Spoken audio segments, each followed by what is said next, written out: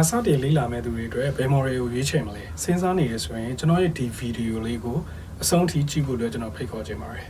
ကျွန်တော်ဒီနေ့မိတ်ဆက်ပေးခြင်းတဲ့ guitar ကတော့ Yamaha F310 လေးပဲဖြစ်ပါတယ်ဗျာ Yamaha F310 ဟာကမ္ဘာတစ်ဝန်းမှာလူကြိုက်များတဲ့ acoustic guitar လေးတစ်လုံးဖြစ်ပြီးတော့beginner သမားတွေအတွက်အထူးသင့်တော်ပါတယ်ဒါအပြင် Yamaha ရဲ့ bass quality နဲ့ tuning stable light ကောင်းပြီးတော့နေ့စဉ်လေ့ကျင့်ဖို့အတွက်ဆိုလို့ရှိရင်စိတ်ချရတဲ့ guitar လေးတစ်လုံးပါ